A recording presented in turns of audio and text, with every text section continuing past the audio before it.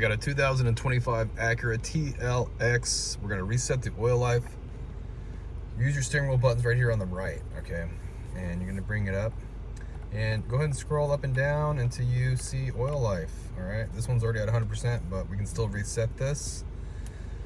Press the wheel button in and hold it in for a pretty long time. Hold it in until the menu actually changes. It's probably gonna be about 10 seconds or so.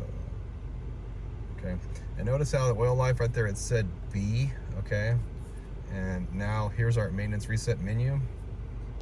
And we only want to reset B, that's the oil change one, okay?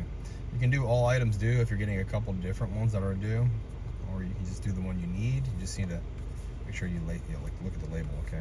So we're gonna press B only, and it says reset complete, and that is it. I hope the video was helpful. Now it says A, but if it was, appreciate it if you could hit that like button for me or leave me a comment if you could, and I hope to see you again in another Acura video.